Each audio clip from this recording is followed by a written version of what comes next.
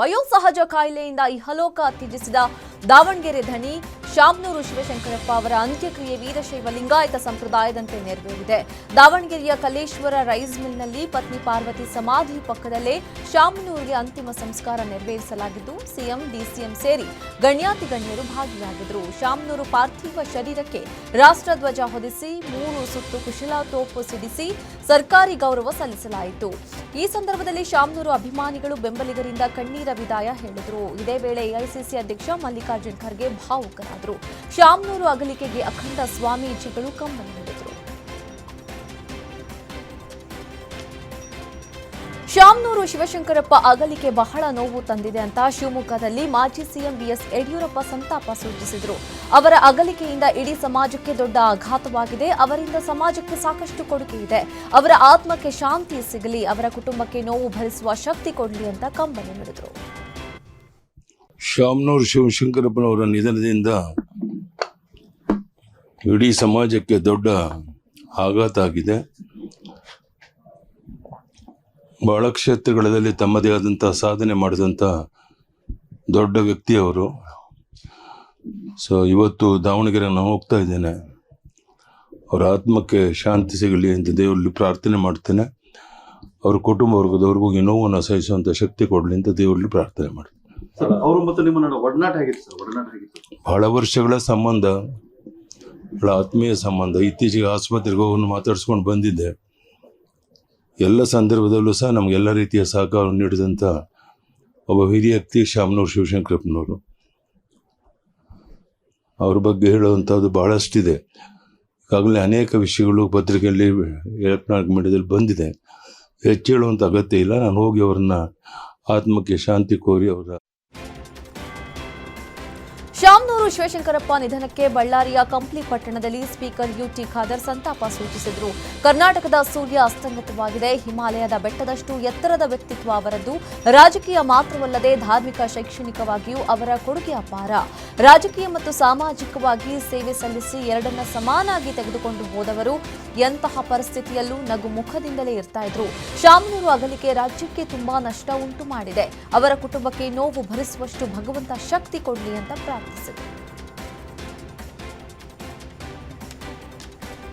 ಅಲೆಮಾರಿ ಸಮುದಾಯಗಳಿಗೆ ಒಳ ಮೀಸಲಾತಿಯಲ್ಲೇ ಪ್ರತ್ಯೇಕವಾಗಿ ಎ ಗ್ರೂಪ್ ಗುರುತಿಸಿ ಕಾನೂನು ಜಾರಿಗೊಳಿಸಬೇಕು ಅಂತ ಅಲೆಮಾರಿ ಸಮುದಾಯಗಳ ಜಿಲ್ಲಾಧ್ಯಕ್ಷ ಶಿವಕುಮಾರ್ ಸರ್ಕಾರಕ್ಕೆ ಒತ್ತಾಯಿಸಿದ್ದಾರೆ. ಬಳ್ಳಾರಿಯಲ್ಲಿ ಸುದ್ದಿಗೋಷ್ಠಿ ನಡೆಸಿ ಮಾತನಾಡಿದ ಅವರು, ಅಲೆಮಾರಿ ಸಮುದಾಯಗಳಿಗೆ ಪ್ರತ್ಯೇಕ ಮೀಸಲಾತಿ ವಿಚಾರವಾಗಿ ಡಿಸೆಂಬರ್ 19ರಂದು ಬೆಳಗಾವಿಯ ಸುವರ್ಣಸೌಧ ಚಲೋ ಕಾರ್ಯಕ್ರಮವನ್ನು ಹಮ್ಮಿಕೊಳ್ಳಲಾಗುವುದು ಅಂತ ತಿಳಿಸಿದರು. ಕೊಡಗು ಜಿಲ್ಲೆ ಮಡಿಕೇರಿಯಲ್ಲಿ ನಡೆದ ಹನಿ ಟ್ರ್ಯಾಪ್ ಪ್ರಕರಣಕ್ಕೆ ಸಂಬಂಧಪಟ್ಟಂತೆ ಮತ್ತಿಬ್ಬರು ಆರೋಪಿಗಳನ್ನು ಪೊಲೀಸರು ಬಂಧಿಸಿದ್ದಾರೆ. ಫೇಸ್ಬುಕ್ನಲ್ಲಿ ಪರಿಚಯವಾಗಿದ್ದ ರಚನಾ ಎಂಬಾಕೆಯನ್ನ ಭೇಟಿಯಾಗಲು ಬಂದಿದ್ದ ಮದ್ದೂರು ಮೂಲದ ಮಹದೇವ ಎಂಬಾತನ ಮೇಲೆ ರಾತ್ರಿ ಇಡೀ ಹಲ್ಲೆ ನಡೆಸಿ ಹಣದ ಬೇಡಿಕೆ ಇಟ್ಟಿದ್ರು. ಆತ ಅರೆಬೆತ್ತಲೆ ಸ್ಥಿತಿಯಲ್ಲೇ ಹೇಗೋ ತಪ್ಪಿಸಿಕೊಂಡು ಮಡಿಕೇರಿ ಠಾಣೆಗೆ ಓಡಿ ಬಂದಿದ್ದ. ಈ ಘಟನೆ ರಾಜ್ಯದ ಜನರನ್ನ ಬೆಚ್ಚಿ ಬೀಳಿಸಿತ್ತು. ಯುವಕನ ದೂರು ಆಧರಿಸಿ ಮೊದಲಿಗೆ ಮಹಿಳೆಯನ್ನ ಬಂಧಿಸಲಾಗಿತ್ತು. ಇದೀಗ ಮತ್ತಿಬ್ಬರು ಆರೋಪಿಗಳನ್ನ ಬಂಧಿಸಿ ತನಿಖೆ ಮುಂದುವರೆಸಿದ್ದಾರೆ. ತಲವಾರ್ ಹಿಡಿದು ಡ್ಯಾನ್ಸ್ ಮಾಡಿದ್ದ ಇಬ್ಬರು ಆರೋಪಿಗಳನ್ನ ಮಂಗಳೂರು ಪೊಲೀಸರು ಕಿಡ್ಡ ತೋಡಿದ್ದಾರೆ. ಡಿಸೆಂಬರ್ 13ರಂದು ಫೇಸ್ಬುಕ್ನಲ್ಲಿ ಸುರೇಶ್ ಪಿಎಸ್ವೈ ಖಾತೆಯಿಂದ ವಿವಾದಿತ ವಿಡಿಯೋ ಪೋಸ್ಟ್ ಬೆನ್ನಲ್ಲೇ ಇಬ್ಬರು ಆರೋಪಿಗಳನ್ನ ಬಂಧಿಸಲಾಗಿದೆ. ತಲವಾರ್ ಹಿಡಿದು ಡ್ಯಾನ್ಸ್ ಮಾಡಿ ಸಾರ್ವಜನಿಕರಲ್ಲಿ ಆತಂಕ ಸೃಷ್ಟಿಸಿದ್ದ ಅಮೀರ್ ಸುಹೇನ್ ಹಾಗೂ ಫೇಸ್ಬುಕ್ನಲ್ಲಿ ಖಾತೆ ಸ್ಟೋರಿ ಹಾಕಿದ್ದ ಸುರೇಶ್ ಇಬ್ಬರನ್ನ ಪೊಲೀಸರು ಬಂಧಿಸಿದ್ದಾರೆ. ಜೊತೆಗೆ ವಿಡಿಯೋ ಮಾಡಲು ಬಳಸಿದ್ದ ಮೊಬೈಲ್ ಫೋನ್ ಹಾಗೂ ತಲವಾರ್ ವಶಕ್ಕೆ ಪಡೆದುಕೊಂಡಿದ್ದಾರೆ.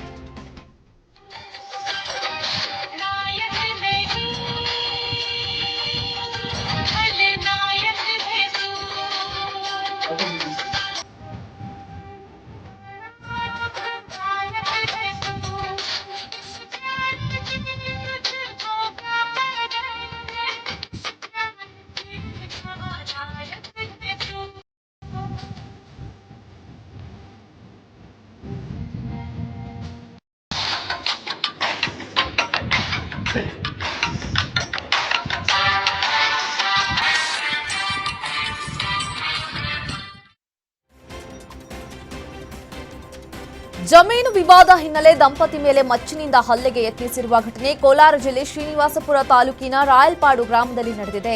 ನಾಗರಾಜ್ ರೆಡ್ಡಿ ಹಾಗೂ ಪದ್ಮಜ ಎಂಬುವರ ಮೇಲೆ ಬೈರಾರೆಡ್ಡಿ ಕಾಲಿನಿಂದ ಒದ್ದು ಹಲ್ಲೆ ಮಾಡಿದ್ದಾನೆ.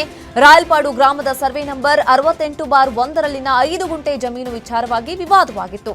ಈ ಹಿನ್ನೆಲೆಯಲ್ಲಿ ಜಮೀನು ಸರ್ವೆಗೆ ಬೈರಾರೆಡ್ಡಿ ಮುಂದಾಗಿದ್ದ.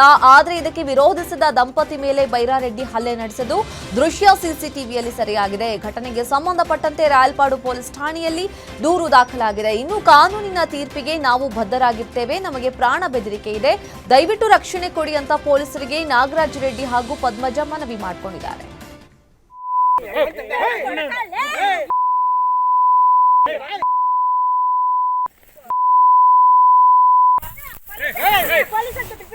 ಆದ್ರೆ ಆ ಪ್ರಾಧಾನ್ಯತೆ ಕಳ್ಕೊಂಡು ಹೆಂಗಸ್ ಮೇಲೆ ಕೈ ಮಾಡಿದಾಗ ನೀವು ಏನೊಂದು ಕ್ರಮ ಕೊಳ್ಳಿಲ್ಲ ಅಂದ್ರೆ ಅಲ್ಲಿಗೆ ಹೆಂಗಸಿಗೆ ಏನೊಂದು ಸೇಫ್ಟಿ ಇದೆ ಹೇಳಿ? ರಕ್ಷಣೆ ಅನ್ನೋದು ಎಲ್ಲಿದೆ ಕಾನೂನಿನಲ್ಲಿ?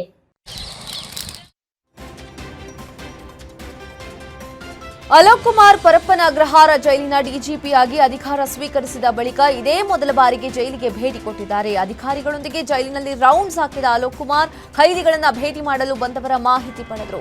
ಖೈದಿಗಳ ಭೇಟಿಗಾಗಿ ಚೆಕ್ ಪೋಸ್ಟ್ ಬಳಿ ನಿಂತಿದ್ದ ಸಂದರ್ಶಕರ ಜೊತೆಯೂ ಮಾತುಕತೆ ನಡೆಸಿದ್ರು. ಯಾವ ಕೇಸ್ ಯಾರನ್ನ ಭೇಟಿ ಮಾಡೋಕೆ ಬಂದಿದ್ದೀರಾ ಅಂತ ಸಮಗ್ರವಾಗಿ ವಿಚಾರಿಸಿದ್ದಾರೆ. ಇನ್ನು ಈ ಸಂದರ್ಭದಲ್ಲಿ ಭಾರಿ ಗಾತ್ರದ ಬೆಳ್ಳಿ ಚೈನ್ ಧರಿಸಿ ಬಂದಿದ್ದ ವ್ಯಕ್ತಿಗೆ ಡಿಜಿಪಿ ಕ್ಲಾಸ್ ತೆಗೆದುಕೊಂಡಿದ್ದು, ಒಳ್ಳೆ ಚೈನ್ ಹಾಕಿದ್ಯಾ, ಯಾರನ್ನ ನೋಡಕ್ ಬಂದಿದ್ಯಾ ಅಂತ ಪ್ರಶ್ನೆ ಹಾಕಿದ್ದಕ್ಕೆ ಆತ ತಬ್ಬಿಬ್ಬಾಗಿ ನಮ್ಮ ಅಣ್ಣನನ್ನ ನೋಡೋಕೆ ಬಂದಿದ್ದೇನೆ ಅಂತ ಹೇಳಿದ್ದಾನೆ. ಆ ಬಳಿಕ ಕತ್ತಿನಿಂದ ಚೈನ್ ತೆಗೆದು ನೋಡಿ ಬಳಿಕ ವಾಪಸ್ ಹೊರಟರು.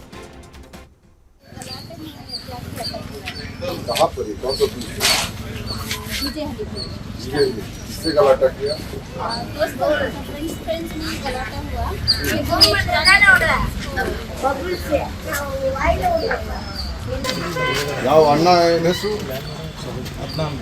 ಅದ್ನಾನ್. ಇದೆಲ್ಲ ಚೇನ್ಗಿನೆಲ್ಲ ಒಳ್ಳೆ ಹಾಕಿದ್ದೀರ.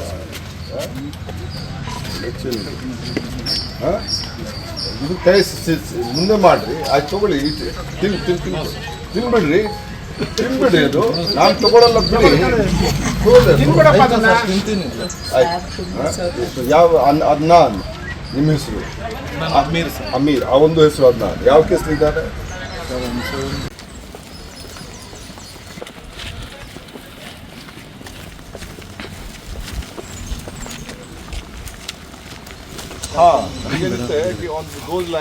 ಪ್ಲಾಂಟೇಶನ್ ಎಲ್ಲ ನಾವೇ ಮಾಡಬೇಕು.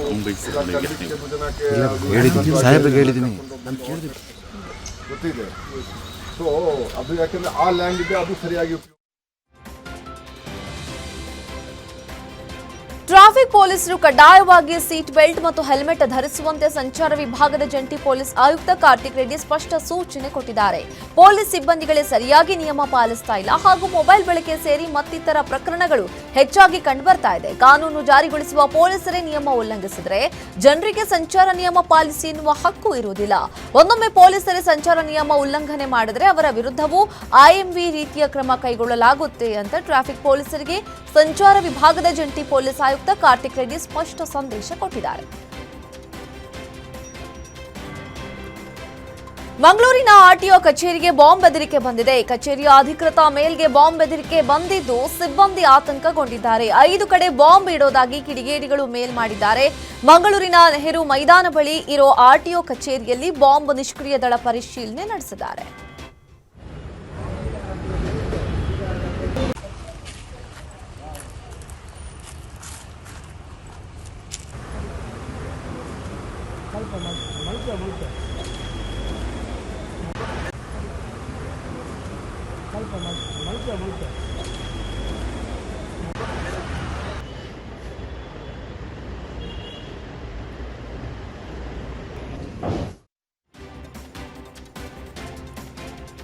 ಮೈಸೂರಿನ ಹನೂರು ತಾಲೂಕು ಸುಳವಾಡಿ ಕಿಚ್ಚುಗತ್ತಿ ಮಾರಮ್ಮ ದೇವಸ್ಥಾನದಲ್ಲಿ ವಿಷಪ್ರಸಾದ ದುರಂತ ನಡೆದು 7 ವರ್ಷಗಳು ಕಳೆದಿದೆ. ಆದರೂ ಈವರೆಗೂ ಸಂತ್ರಸ್ತರ ಕುಟುಂಬಗಳಿಗೆ ರಾಜ್ಯ ಸರ್ಕಾರ ಸೂಕ್ತ ಪರಿಹಾರ ನೀಡಲಿಲ್ಲ ಅಂತ ನೊಂದವರು ಆಕ್ರೋಶ ಹೊರಹಾಕಿದ್ದಾರೆ.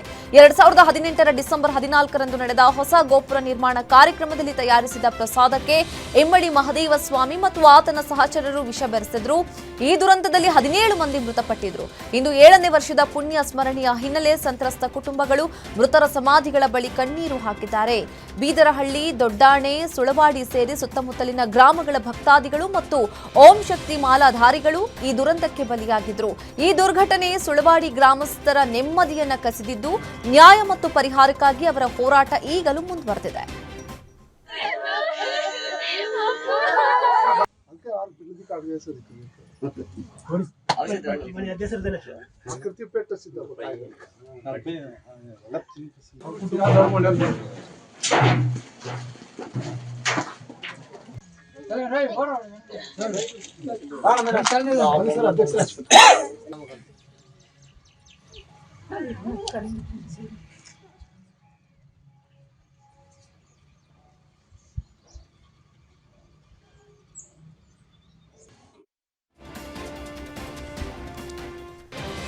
ಜಮೀನಿನಲ್ಲಿ ಗಾಂಜಾ ಬೆಳೆದು ಮಾರಾಟಕ್ಕೆ ಯತ್ನಿಸ್ತಾ ಇದ್ದ ದಂಧೆಕೋರರನ್ನ ರಾಯಚೂರು ಜಿಲ್ಲೆ ಸಿಂಧನೂರು ಪೊಲೀಸರು ಬಂಧಿಸಿದ್ದಾರೆ. ಗಾಂಜಾ ಬೆಳೀತಾ ಇದ್ದ ಖಚಿತ ಮಾಹಿತಿ ಆಧರಿಸಿ ದಾಳಿ ನಡೆಸಿದ ಪೊಲೀಸರು ಆರೋಪಿಗಳಾದ ಯಂಕಪ್ಪ, ಆದಿತ್ಯ ಮತ್ತು ಮಂಜುನನ್ನ ಬಂಧಿಸಿದ್ದಾರೆ.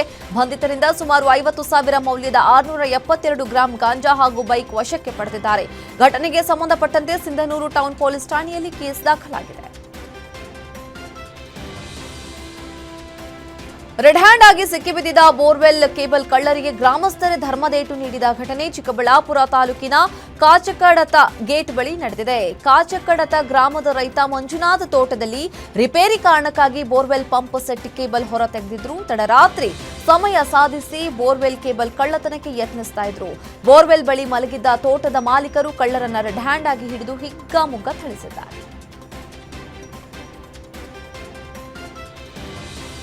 ಅಕ್ರಮ ಗಾಂಜಾ ಮಾರಾಟ ಮಾಡ್ತಾ ಇದ್ದ 4 ದಾವಣಗೆರೆ ಜಿಲ್ಲೆಯ ವಿದ್ಯಾಗಿರಿ ಪೊಲೀಸರು ಬಂಧಿಸಿದ್ದಾರೆ. ಬೇರೆ ಬೇರೆ ರಾಜ್ಯಗಳಿಂದ ಗಾಂಜಾ ತರಿಸಿಕೊಳ್ತಾ ಇದ್ದ ಧಾರವಾಡ ಮೂಲದ ಜಿಶಾನ್, ಮಲ್ಲಿಕ್ ರೆಹಾನ್, ಮುಬಾರಕ್, ಮೊಹಮ್ಮದ್ ಅಫ್ಜಲ್ನನ್ನ ಬಂಧಿಸಿ ಬರೋಬ್ಬರಿ 1.10 ಲಕ್ಷ ಮೌಲ್ಯದ 1200 ಗ್ರಾಂ ಗಾಂಜಾ ಸೇರಿ ಅಕ್ರಮ ಶಸ್ತ್ರಾಸ್ತ್ರಗಳನ್ನು ವಶಕ್ಕೆ ಪಡೆದುಕೊಂಡಿದ್ದಾರೆ. ಧಾರವಾಡದ ಉದಯಗಿರಿ ಬಳಿ ಗಾಂಜಾ ಮಾರಾಟ ಮಾಡ್ತಾ ಇದ್ದ ಯುವಕರನ್ನ ಬಂಧಿಸಿದ್ದ ವಿದ್ಯಾಗಿರಿ ಪೊಲೀಸ್ ಕಾರ್ಯಾಚರಣೆಗೆ ನಗರ ಪೊಲೀಸ್ ಆಯುಕ್ತರು ಮೆಚ್ಚುಗೆ ವ್ಯಕ್ತಪಡಿಸಿದ್ದಾರೆ. ಟ್ರಕ್ ಮೂಲಕ ಚೆನ್ನೈನಿಂದ ಬಳ್ಳಾರಿಗೆ ಬರ್ತಾ ಇದ್ದ ಬೈಕ್ಗಳು ಬೆಂಕಿಗಾಹುತಿಯಾಗಿದೆ. ಟ್ರಕ್ನಲ್ಲಿರುವಾಗಲೇ ಬೆಂಕಿ ಹೊತ್ತಿಕೊಂಡಿದ್ದು 40ಕ್ಕೂ ಹೆಚ್ಚು ಹೊಸ ಬೈಕ್ಗಳು ಸುಟ್ಟು ಭಸ್ಮವಾಗಿದೆ. ಯಮಹಾ ಕಂಪನಿಗೆ ಸೇರಿದ FZ ಬೈಕ್ಗಳು ಸುಟ್ಟು ಹೋಗಿದ್ದು, ಟ್ರಕ್ ಒಳಗಿಂದ ಹೊಗೆ ಬರುವುದನ್ನು ಗಮನಿಸಿದ ಚಾಲಕ ಸ್ಥಳೀಯರ ನೆರವಿನಿಂದ ಬಾಗಿಲು ಓಪನ್ ಮಾಡಿದ್ದಾನೆ. ಬಳಿಕ ಅಗ್ನಿಶಾಮಕ ದಳದವರಿಗೆ ಮಾಹಿತಿ ಕೊಟ್ಟಿದ್ದಾರೆ. ಅಗ್ನಿಶಾಮಕ ಸಿಬ್ಬಂದಿ ಬಂದು ಬೆಂಕಿ ನಂದಿಸೋದ್ರೊಳಗೆ ಬೈಕ್ ಸಮೇತ ಟ್ರಕ್ ಸುಟ್ಟು ಭಸ್ಮವಾಗಿದೆ. ಬೈಕ್ಗಳ ಬ್ಯಾಟರಿಯಲ್ಲಿನ ತಾಂತ್ರಿಕ ದೋಷ ಅಥವಾ ಸ್ಪಾರ್ಕ್ನಿಂದ ಬೆಂಕಿ ಹತ್ತಿಕೊಂಡಿದೆ ಎಂಬ ಮಾಹಿತಿ ದೊರಕಿದೆ. ಈ ಕುರಿತು ಗಾಂಧಿನಗರ ಪೊಲೀಸ್ ಠಾಣೆಯಲ್ಲಿ ಪ್ರಕರಣ ದಾಖಲಾಗಿದೆ.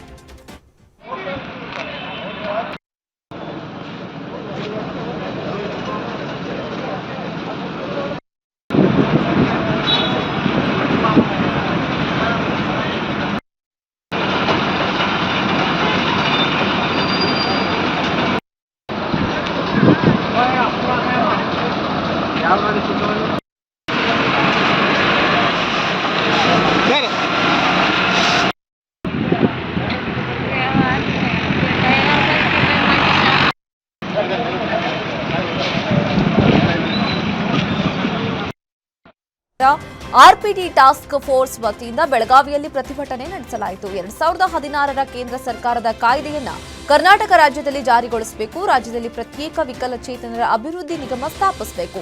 ಕಲ್ಯಾಣ ಕರ್ನಾಟಕ ಪ್ರದೇಶ ಅಭಿವೃದ್ಧಿ ಮಂಡಳಿಯ ಅನುದಾನದಲ್ಲಿ 2016ರ ಸೆಕ್ಷನ್ 37ರ ಅನ್ವಯ 5% ಅನುದಾನ ಮೀಸಲಿಡಬೇಕು.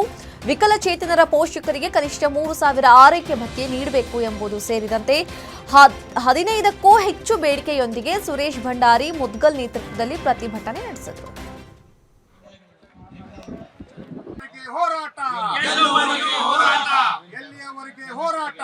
ಸೌಧದ ಮುಂದೆ ತಾಯಿ ಭುವನೇಶ್ವರಿ ಕಂಚಿನ ಪ್ರತಿಮೆ,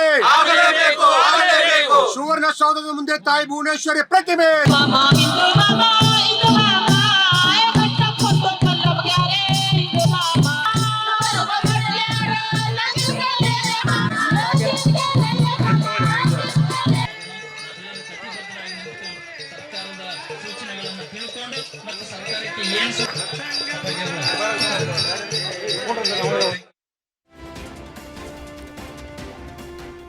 ಹೃದಯಾಘಾತದಿಂದ ಕರ್ತವ್ಯ ನಿರತ ಪೊಲೀಸ್ ಕಾನ್ಸ್ಟೇಬಲ್ ನಿಧನರಾಗಿದ್ದಾರೆ. ಕೋಲಾರ ಜಿಲ್ಲೆಯ ಮುಳಬಾಗಿಲು ತಾಲೂಕಿನ ನಂಗಲಿ ಪೊಲೀಸ್ ಠಾಣೆ ಮುಖ್ಯ ಪೇದೆ ಸುಬ್ರಹ್ಮಣಿ ಇಂದು ಮುಂಜಾನೆ ನಿಧನರಾಗಿದ್ದಾರೆ. 112 ವಾಹನದಲ್ಲಿ ಕರ್ತವ್ಯ ನಿರ್ವಹಣೆ ಸಂದರ್ಭದಲ್ಲಿ ಎದೆನೋವು ಕಾಣಿಸಿಕೊಂಡಿದ್ದು ಸರ್ಕಾರಿ ಆಸ್ಪತ್ರೆಗೆ ರವಾನಿಸುವಾಗ ಮಾರ್ಗ ಮಧ್ಯದಲ್ಲಿ ಸಾವನ್ನಪ್ಪಿದ್ದಾರೆ. ಮುಖ್ಯ ಪೇದೆ ಸುಬ್ರಹ್ಮಣಿ ನಿಧನಕ್ಕೆ ಎಸ್ಪಿ ಬಿ ನಿಖಿಲ್ ಹಾಗೂ ಜಿಲ್ಲಾ ಪೊಲೀಸ್ ಇಲಾಖೆ ಸಂತಾಪ ಸೂಚಿಸಿದೆ. ಹಾರ್ಡ್ವೇರ್ ವ್ಯಾಪಾರಿಗೆ ಗ್ರಾಮ ಪಂಚಾಯಿತಿ ಹಣ ಪಾವತಿ ಮಾಡದ ಹಿನ್ನೆಲೆಯಲ್ಲಿ ಪಂಚಾಯಿತಿ ಕಚೇರಿ ಪೀಠೋಪಕರಣವನ್ನ ಜಪ್ತಿ ಮಾಡಿರೋ ಘಟನೆ ರಾಯಚೂರಿನ ಮಾನ್ವಿ ತಾಲೂಕಿನಲ್ಲಿ ನಡೆದಿದೆ. ತಾಲೂಕು ನ್ಯಾಯಾಲಯದ ಆದೇಶದ ಮೇರೆಗೆ 52 ಕುರ್ಚಿಗಳು, 10 ಅಲಮಾರಿಗಳು, 6 ಕಂಪ್ಯೂಟರ್ಗಳು ಸೇರಿ ಇನ್ನಿತರ ವಸ್ತುಗಳ ಜಪ್ತಿ ಮಾಡಲಾಗಿದೆ. ಉಟಕನೂರು ಗ್ರಾಮ ಪಂಚಾಯಿತಿ ಬಾಲಾಜಿ ಹಾರ್ಡ್ವೇರ್ ಮಳಿಗೆಯಿಂದ ವಿವಿಧ ವಸ್ತುಗಳ ಖರೀದಿ ಮಾಡಿತ್ತು. ಆದರೆ ಖರೀದಿಯಾಗಿ ವರ್ಷ ಕಳೆದರೂ 6 ಲಕ್ಷ ಬಿಲ್ನ ಹಣ ಪಾವತಿ ಮಾಡದೆ ಸತಾಯಿಸಿತ್ತು. ಈ ಬಗ್ಗೆ ಮಾನ್ವಿ ತಾಲೂಕು ಕೋರ್ಟ್ನಲ್ಲಿ ಬಾಲಾಜಿ ಹಾರ್ಡ್ವೇರ್ ವ್ಯಾಪಾರಿ ರಮೇಶ್ ದಾವೆ ಹೂಡಿದ್ರು.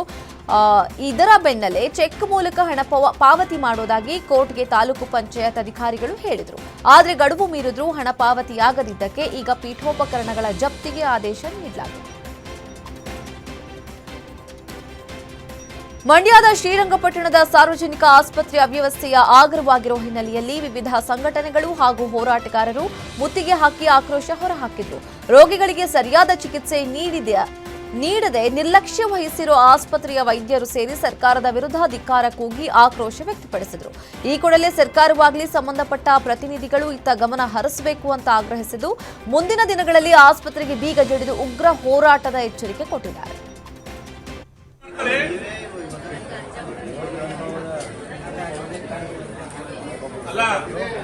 ಎಲ್ಲ ಅರ್ಥ ಮಾಡ್ಕೊಳ್ಳಿ. ನಾವು ಬಂದಿರೋದು ಅವ್ರಿಗೆ ನೀವು ಈಗಾಗಲೇ ಆಗಿರೋ ತಪ್ಪುಗಳನ್ನ ಸರಿಪಡಿಸಿ ಅಂತ ಹೇಳಕ್ಕೆ, ಅಂತದ್ರಲ್ಲಿ ನಮ್ಮವ್ರನ್ನ ನಮ್ಮ ಮೇಲೆ ಎತ್ಕೊಳ್ತಾರೆ ಅಂದ್ರೆ ಇವ್ರ ಯೋಗ್ಯತೆ ಇದೆ. ಮೊದಲು ಇತ್ತು ವೈದ್ಯ ನಾರಾಯಣ ಹರಿ ಅಂತ ಕೈಮುಖ ಹೋಯ್ತಿದ್ರು. ಇವತ್ತು ಬಂದಿರೋ ರಾಕ್ಷಸ ಇದ್ದಾರೆ ಕೆಲವರು. ಆಮೇಲೆ ಇಲ್ಲಿ ಕೇಳಿ, ಆಮೇಲೆ ಉದಾಹರಣೆಗೆ ನಾವೆಲ್ಲ ಎಷ್ಟೋ ಜನ ಯುವಕರಿದ್ದೀವಿ, ಒಂದ್ 10 ಜನ ಇದು ಎಲ್ಲ ಉದ್ಯೋಗಕ್ಕೆ ಹೋಯ್ತಾರೆ. ನಮ್ ತಂದೆ ತಾಯಿ ಅಂದ್ರು ಬರ್ತಾರೆ ತೋರ್ಸ್ಕೊಳಕ್ಕೆ. ನಾವು ಬಂದೆ ನೀವ್ ಹಿಂಗ್ ಮಾತಾಡೋರು, ಅವ್ರನ್ನ ಸದ್ಯ ಒದ್ದಿಲ್ಲ ನೀವು ಆಚೆಗೆ ಅಷ್ಟೇ. ಕನಿಷ್ಠ ಅವರು ಸ್ಯಾಚುರೇಷನ್ ಲೆವೆಲ್ ಹೆಂಗಿದೆ, ಅವರ ಜ್ವರ ಇದೆ. ವಿವಿಧ ಬೇಡಿಕೆ ಈಡೇರಿಕೆಗೆ ಆಗ್ರಹಿಸಿ ಪಕ್ಷಾತೀತವಾಗಿ ರೈತ ಹೋರಾಟ ಸಮಿತಿ ವತಿಯಿಂದ ಪ್ರತಿಭಟನೆ ನಡೆಸಲಾಗಿದೆ. ಧಾರವಾಡ ಜಿಲ್ಲೆ ಅಣ್ಣಿಗೇರಿ ಪಟ್ಟಣದಲ್ಲಿ ಹಲಿಗೆ ಬಾರಿಸುವ ಮೂಲಕ ಅನ್ನದಾತರು ತಮ್ಮ ಆಕ್ರೋಶ ಹೊರಹಾಕಿದ್ದಾರೆ. ಜಿಲ್ಲೆಯಲ್ಲಿ ಹೆಸರು, ಉದ್ದು, ಗೋವಿನ ಜೋಳ ಬೆಳೆಗಳಿಗೆ ಸರಿಯಾದ ಬೆಲೆ ಸಿಗ್ತಾ ಇಲ್ಲ. ಎಂಎಸ್ಪಿ ಬೆಲೆಯಲ್ಲಿ ಖರೀದಿ ಆಗ್ತಾ ಇಲ್ಲ. ಪ್ರತಿ 8 ಕ್ವಿಂಟಲ್ಗೆ ಹತ್ತಿ ಖರೀದಿ ಆಗ್ತಾ ಇದೆ. ಅದನ್ನ 15 ಕ್ವಿಂಟಲ್ಗೆ ಏರಿಸಬೇಕು. ಜೊತೆಗೆ ತಕ್ಷಣ ಬೆಳೆ ವಿಮೆ ಜಮಾ ಮಾಡಬೇಕು ಅಂತ ಆಗ್ರಹಿಸಿ ರೈತರು ಪ್ರತಿಭಟನೆ ನಡೆಸಿದ್ದಾರೆ.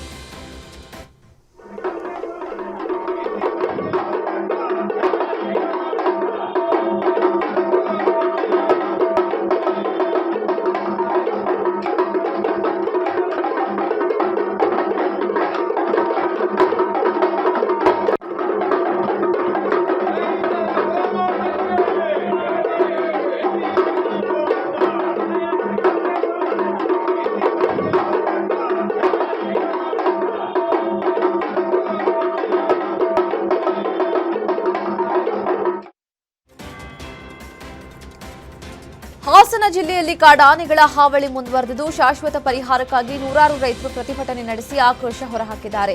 ಸ್ಥಳೀಯ ರೈತ ಸಂಘಟನೆ ರಸ್ತೆ ತಡೆದು ಪ್ರತಿಭಟನೆಗೆ ಮುಂದಾದಾಗ ಅರಣ್ಯ ಅಧಿಕಾರಿಗಳ ಜೊತೆ ಮಾತಿನ ಚಕಮಕಿಯೂ ನಡೆದಿದೆ. ಬೇಲೂರು ತಾಲೂಕಿನ ಬಿಕ್ಕೋಡು ಗ್ರಾಮದಲ್ಲಿ ಘಟನೆ ನಡೆದಿದ್ದು ಸ್ಥಳದಲ್ಲಿ ಹೆಚ್ಚಿನ ಪೊಲೀಸರನ್ನ ಭದ್ರತೆಗೆ ನಿಯೋಜನೆ ಮಾಡಲಾಗಿದೆ. ಈಗಾಗಲೇ ಸಾಕಷ್ಟು ಕಾಫಿ ಹಾಗೂ ಇತರೆ ಬೆಳೆ ಹಾನಿಯಾಗಿದ್ದು ಸಾವು ನೋವುಗಳು ಕೂಡ ಆಗಿದೆ. ಜೀವ ಭಯದಲ್ಲಿ ಓಡಾಡುವಂತಾಗಿದೆ. ನಮಗೆ ಶಾಶ್ವತ ಪರಿಹಾರ ಬೇಕು ಅಂತ ಒತ್ತಾಯಿಸಿದ್ದಾರೆ.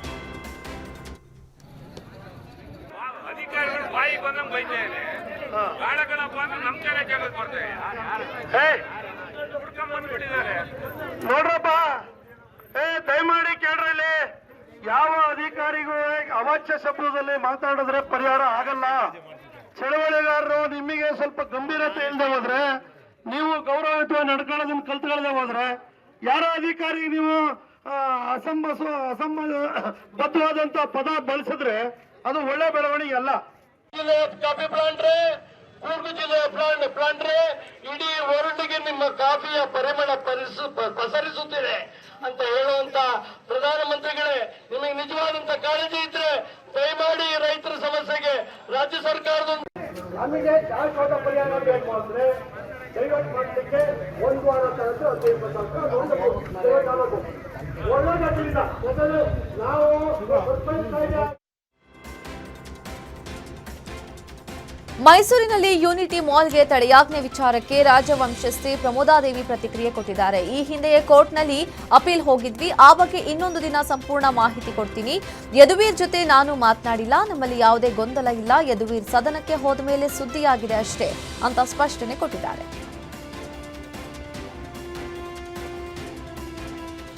ತುಮಕೂರಿನ ಕುಣಿಗಲ್ ತಹಶೀಲ್ದಾರ್ ಕಚೇರಿಗೆ ಗ್ರಾಮಸ್ಥರು ಮುತ್ತಿಗೆ ಹಾಕಲು ಯತ್ನಿಸಿ ಆಕ್ರೋಶ ಹೊರಹಾಕಿದರು. ಕುಣಿಗಲ್ನ ಹಿತ್ತಾಪುರ ಗ್ರಾಮದ ಸರ್ವೆ ನಂಬರ್ 52ರಲ್ಲಿ ಕಲ್ಲು ಗಣಿಗಾರಿಕೆಗೆ ತಾಲೂಕು ಆಡಳಿತ ಅನುಮತಿ ನೀಡಿರುವ ಆರೋಪ ಮಾಡಿ ಪ್ರತಿಭಟನೆ ನಡೆಸಿದರು. ಉಜಿನಿ ಚೌಡೇಶ್ವರಿ ದೇವಸ್ಥಾನಕ್ಕೆ ಸೇರಿದ ಬೆಟ್ಟದಲ್ಲಿ ಕಲ್ಲು ಗಣಿಗಾರಿಕೆಗೆ ಅನುಮತಿ ನೀಡಿರುವ ಆತಂಕವಿದ್ದು ಸಿದ್ದರ ಸ್ಥಳ, ಮುದ್ರಾಸ್ವಾಮಿ ಗುಹೆಗಳು ಇರುವ ಬೆಟ್ಟಗಳನ್ನು ನಾಶ ಮಾಡಲು ಹೊರಟಿದ್ದಾರೆ ಅಂತ ರೊಚ್ಚಿಗೆದ್ದು ಹೋರಾಟಕ್ಕೆ ಇಳಿದಿದ್ರು. ನೂರಾರು ಮಂದಿ ರೈತರು ಹಾಗೂ ಗ್ರಾಮಸ್ಥರು ತಾಲೂಕು ಕಚೇರಿ ಮುಂದೆ ಜಮಾಯಿಸಿ ಅಧಿಕಾರಿಗಳಿಗೆ ಧಿಕ್ಕಾರ ಕೂಗಿದ್ರು. ರೈತ ಮುಖಂಡ ಆನಂದ ಹುಲಿಕಟ್ಟೆ ನೇತೃತ್ವದಲ್ಲಿ ಹೋರಾಟಕ್ಕೆ ಜೆಡಿಎಸ್ ಮುಖಂಡ ಜಗದೀಶ್ ನಾಗರಾಜಯ್ಯ ಸಾಥ್ ನೀಡಿದರು. ವಿವಿಧ ಬೇಡಿಕೆಗಳ ಈಡೇರಿಕೆಗೆ ಆಗ್ರಹಿಸಿ ರಾಷ್ಟ್ರೀಯ ನೇಕಾರ ಸೇವಾ ಸಂಘ ವತಿಯಿಂದ ಇಂದು ಬೆಳಗಾವಿಯ ಓಲ್ಡ್ ಪಿಬಿ ರೋಡ್ ಬಳಿ ಪ್ರತಿಭಟನೆ ನಡೆಯಿತು. ಪ್ರತಿಭಟನೆಯಲ್ಲಿ ನೇಕಾರ ಸಮುದಾಯಕ್ಕೆ ಪ್ರತ್ಯೇಕ ವೃದ್ಧಾಪ್ಯ ವೇತನ ನೀಡಬೇಕು, ಬಾಕಿ ವಿದ್ಯುತ್ ಬಿಲ್ ರದ್ದುಪಡಿಸಬೇಕು, ಸಮುದಾಯಕ್ಕೆ 5,000 ಕೋಟಿ ರೂಪಾಯಿ ಅನುದಾನ ಮೀಸಲಿಡಬೇಕು, ಜಿಎಸ್ಟಿ ರಹಿತ ಬಡ್ಡಿ ರಹಿತ ಸಾಲದ ಜೊತೆಗೆ ಉಚಿತ ನಿವೇಶನಗಳನ್ನು ಕೊಡಬೇಕು ಎಂಬುದು ಸೇರಿದಂತೆ ಹಲವು ಬೇಡಿಕೆಗಳನ್ನು ಈಡೇರಿಸುವಂತೆ ಒತ್ತಾಯಿಸಲಾಯಿತು. ಕಲಬುರಗಿ ಜಿಲ್ಲಾ ಪೊಲೀಸರು ಭರ್ಜರಿ ಕಾರ್ಯಾಚರಣೆ ನಡೆಸಿ ಮತಗಳ್ಳತನ ಸೇರಿ 4 ಪ್ರತ್ಯೇಕ ಕಳ್ಳತನ ಪ್ರಕರಣಗಳನ್ನು ಭೇದಿಸಿದ್ದಾರೆ. ಎಸ್ಪಿ ಅಡ್ಡೂರು ಶ್ರೀನಿವಾಸರು ಕಲಬುರಗಿಯಲ್ಲಿ ಸುದ್ದಿಗೋಷ್ಠಿ ನಡೆಸಿ ಈ ಬಗ್ಗೆ ಮಾಹಿತಿ ನೀಡಿದರು. ಗುಡೂರು ಗ್ರಾಮದಲ್ಲಿ ಮನೆಗಳ್ಳತನ ಪ್ರಕರಣದ ಆರೋಪಿ ಸುನೀಲ್ ಎಂಬಾತನನ್ನ ಬಂಧಿಸಿ 6 ಲಕ್ಷ ಮೌಲ್ಯದ 51 ಗ್ರಾಂ ಚಿನ್ನ, 212 ಗ್ರಾಂ ಬೆಳ್ಳಿ ವಶಪಡಿಸಿಕೊಳ್ಳಲಾಗಿದೆ. ಈತ ಇಜೇರಿ ಗ್ರಾಮದಲ್ಲಿ ಮನೆಗೆ ನುಗ್ಗಿ ಅಮೀರಾ ಬಿ ಎಂಬ ಮಹಿಳೆ ಕತ್ತಿಗೆ ಚಾಕು ಇರಿದ ದರೋಡೆ ಪ್ರಕರಣಕ್ಕೆ ಸಂಬಂಧಪಟ್ಟಂತೆ ಮೊಹಮ್ಮದ್ ಯೂನುಸ್ ಎಂಬಾತನನ್ನ ಬಂಧಿಸಿ 1.5 ಲಕ್ಷ ಮೌಲ್ಯದ 16 ಗ್ರಾಂ ಚಿನ್ನ ವಶಪಡಿಸಿಕೊಳ್ಳಲಾಗಿದೆ. ಉಳಿದಂತೆ ಶಹಬಾದ್ ಪೊಲೀಸರು ಹೊನಗುಂಡದ ದೇವಸ್ಥಾನ ಕಳ್ಳತನದ ಆರೋಪಿಯನ್ನ ಬಂಧಿಸಿ ದೇವಿಯ ಕೊರಳಲಿನ 10 ಗ್ರಾಂ ಚಿನ್ನದ ಮಾಂಗಲ್ಯ ಸರ ವಶಕ್ಕೆ ಪಡೆದಿದ್ದಾರೆ. ಅಲ್ಲದೆ ಇಬ್ಬರು ಅಪ್ರಾಪ್ತ ಬೈಕ್ ಕಳ್ಳರನ್ನು ಬಂಧಿಸಿ 1.28 ಲಕ್ಷ ರೂಪಾಯಿ ಮೌಲ್ಯದ 3 ಬೈಕ್ಗಳನ್ನು ಜಪ್ತಿ ಮಾಡಿದ್ದಾರೆ. ಚೌಡೇಶ್ವರಿ ದೇವಾಲಯದಲ್ಲಿ 2ನೇ ಬಾರಿಗೆ ಕಳ್ಳತನವಾಗಿದೆ. ದೊಡ್ಡಬಳ್ಳಾಪುರದ ಹಾಡೋನಹಳ್ಳಿಯಲ್ಲಿರುವ ದೇವಾಲಯದಲ್ಲಿ ಸ್ಕ್ರೂ ಡ್ರೈವರ್ ಅರೆಕೋಲು ಬಳಸಿ ಬಾಗಿಲು ಹೊಡೆದು ಹುಂಡಿಯಲ್ಲಿದ್ದ ಹಣವನ್ನೆಲ್ಲ ಕದ್ದು ಪರಾರಿಯಾಗಿದ್ದಾರೆ. ಪೂಜಾರಿ ಬೆಳಗ್ಗೆ ದೇವಾಲಯಕ್ಕೆ ಬಂದಾಗ ಘಟನೆ ಬೆಳಕಿಗೆ ಬಂದಿದೆ. ಘಟನೆ ದೊಡ್ಡಬಳ್ಳಾಪುರ ಗ್ರಾಮಾಂತರ ಪೊಲೀಸ್ ಠಾಣಾ ವ್ಯಾಪ್ತಿಯಲ್ಲಿ ನಡೆದಿದೆ.